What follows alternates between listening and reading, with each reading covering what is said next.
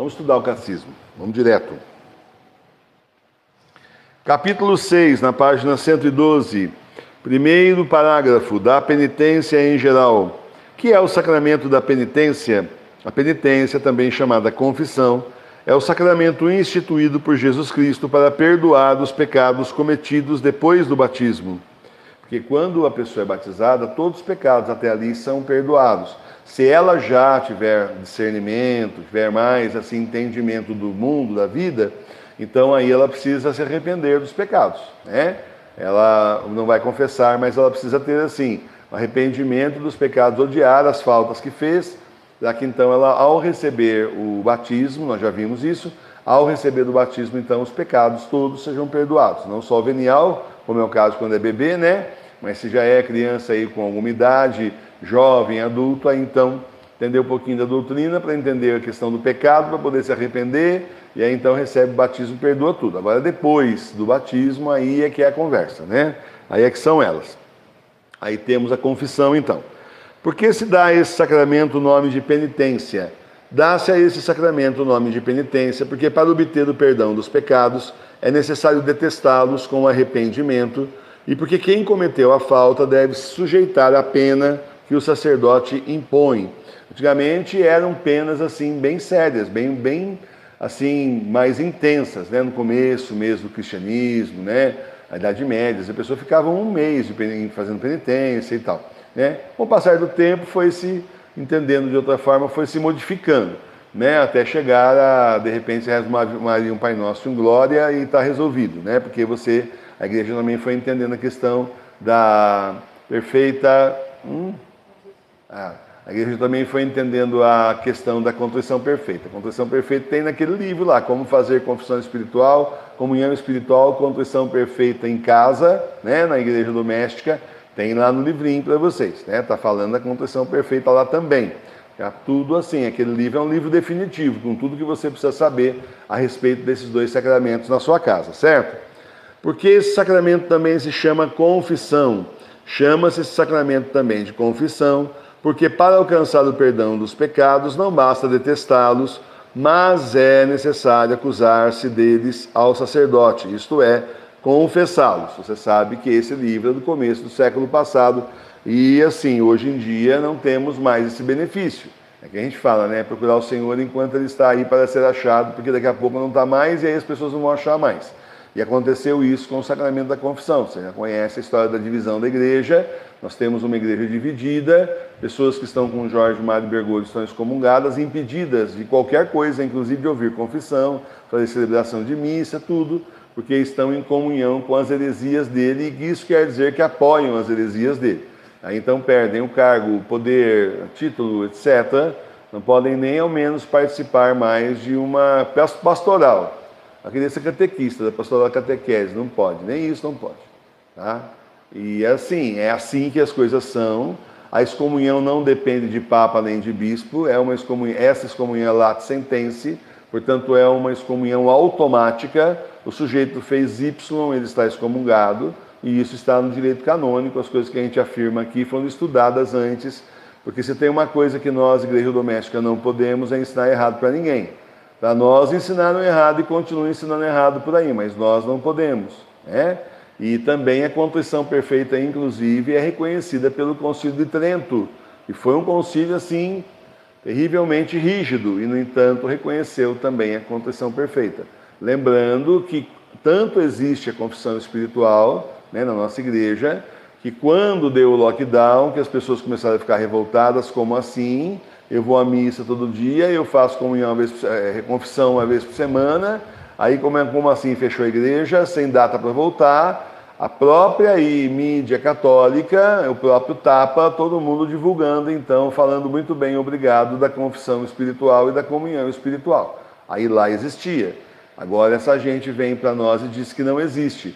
Inclusive nós temos aí um pessoal, algumas pessoas da missa em latim ignorantes, eu não sei quem foi que começou a espalhar essa fake news, mas tem os ignorantes que acham mais fácil e confortável escutar fake news e eu não sei se são pagos para isso ou se só por ignorância fica mesmo espalhando na internet. Acho que as duas coisas, tem os que são pagos, tem os que por ignorância vão aí colocando, que dizem que imagina de forma nenhuma a comunhão espiritual é aceita pelo Concílio de Trento. Aí faltou ler, então, os documentos do Concílio de Trento, provando que não leu absolutamente nada, né? Nem o Catecismo Grandão também, o Catecismo Romano, que é também advindo do Concílio de Trento. Então, aí a ignorância é maior e também não reconhece. Imagina como sou espiritual, condução perfeita, não existe isso. Então, são tesouros da igreja que nós estamos desenterrando devidamente aqui na paróquia, coisa aí de igreja de 2000 anos, e essa gente acha que não pode. Então, é aquela coisa, né? Primeiro que o Cristo disse que a nossa igreja, as portas do inferno não poderiam contra ela. Então, não puderam mesmo, porque ele continua conosco. Segundo que ele disse que estará conosco até o fim dos tempos. E é o que está acontecendo. E terceiro que a gente está falando do nosso Senhor Jesus Cristo, que é a igreja dele. Nós não estamos falando de padres, bispos e nem de tapa. Porque aí são funcionários do Senhor. Eu não estou falando isso com desprezo, nem, por favor, não falo isso com desprezo, nem com desrespeito, não. Mas é assim que é. O Papa verdadeiro, o vigário de Cristo, os bispos aí o auxiliam e os padres são auxiliares dos auxiliares. Tá certo?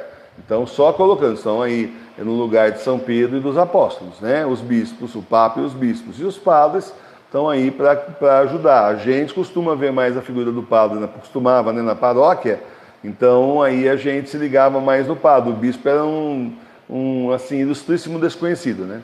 Aparecia normalmente no dia da crisma e depois tchau. Normalmente isso. Às vezes até celebrava uma missa cauta lá a cada 2, 3 anos, mas via de regra, né? Você não tem contato com o bispo, você tem contato com o padre, porém os padres são auxiliares do bispo, então somente isso.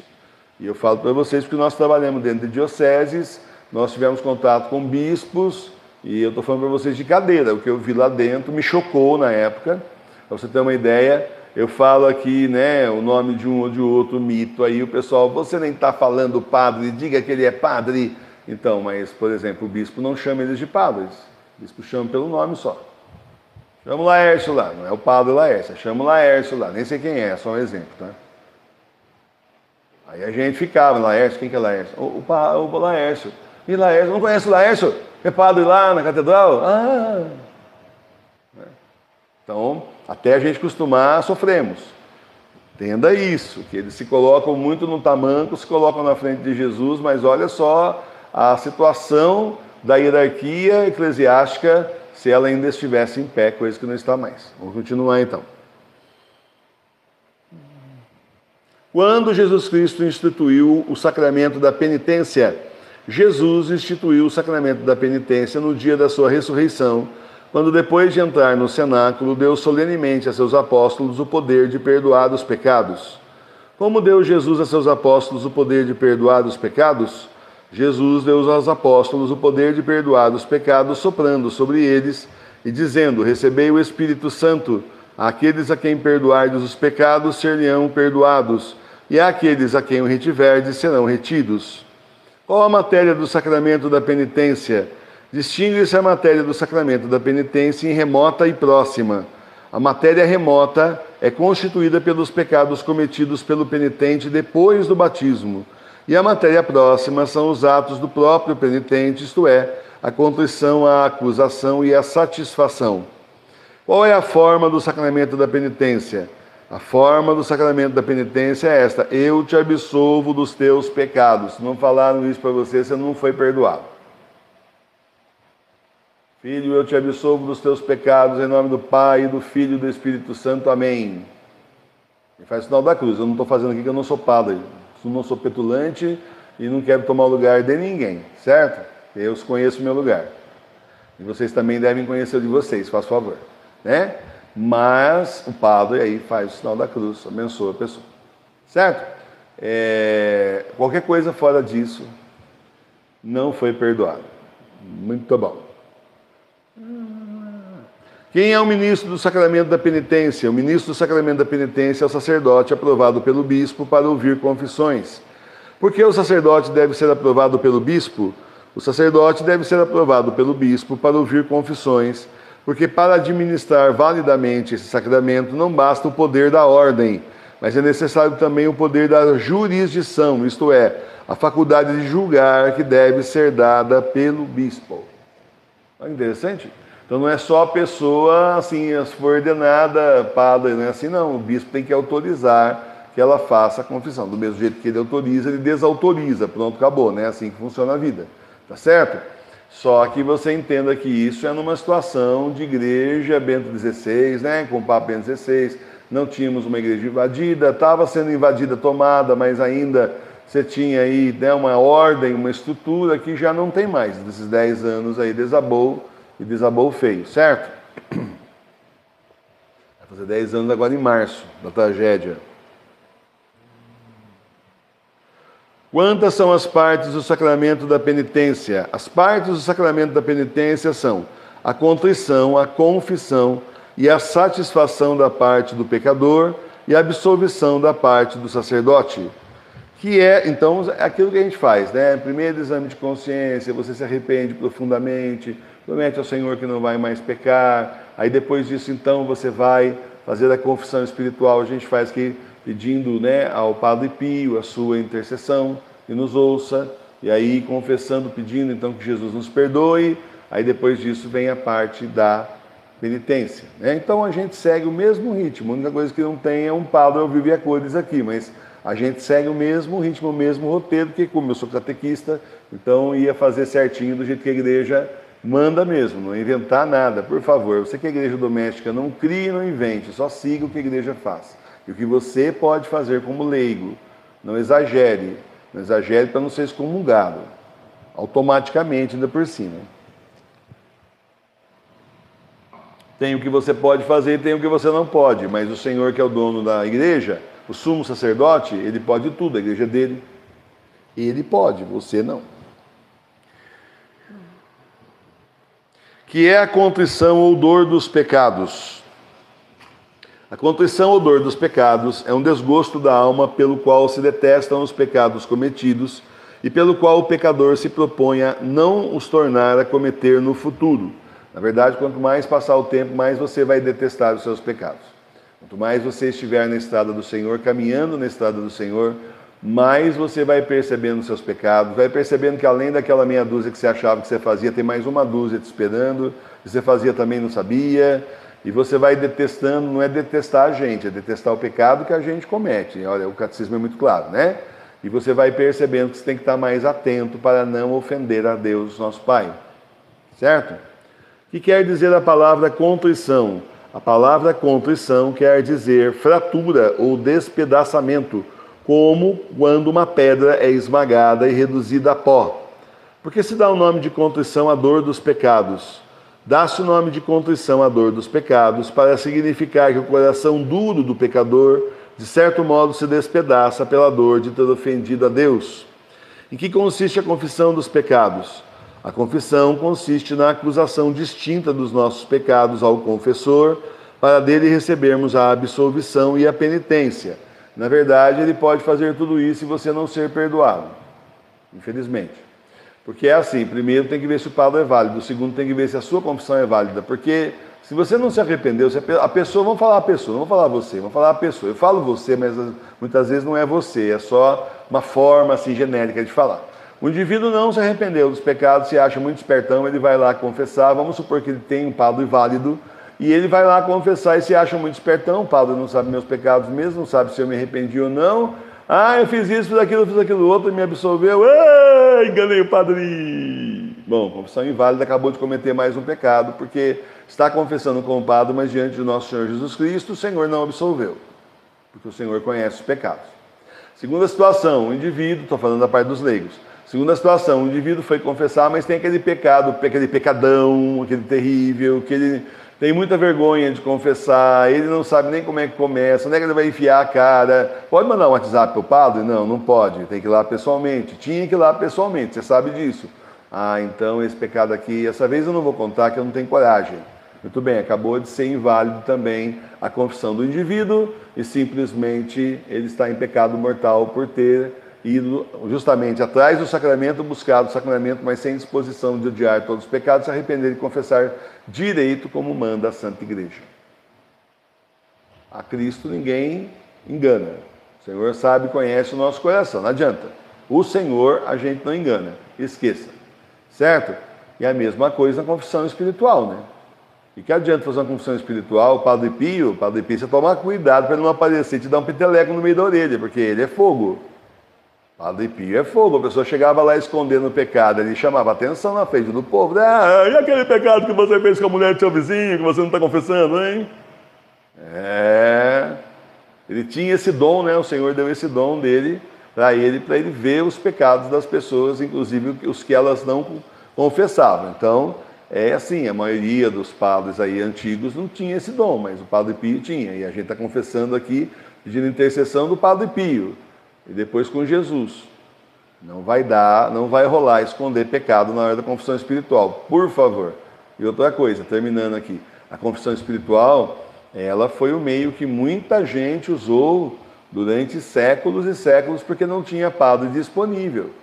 Imagina aquela turma da França, lá em plena Revolução Francesa, que uma parte dos padres se mandou para o exterior, porque era isso ou ia ser morto. A outra parte, para não ser morto, resolveu fazer parte da igrejinha lá, apóstata do Robespierre, né, do Estado. Né? Igual na China estão fazendo agora. E uma parte morreu mesmo, outra parte foi morta mesmo. Então, confessar onde? Com quem?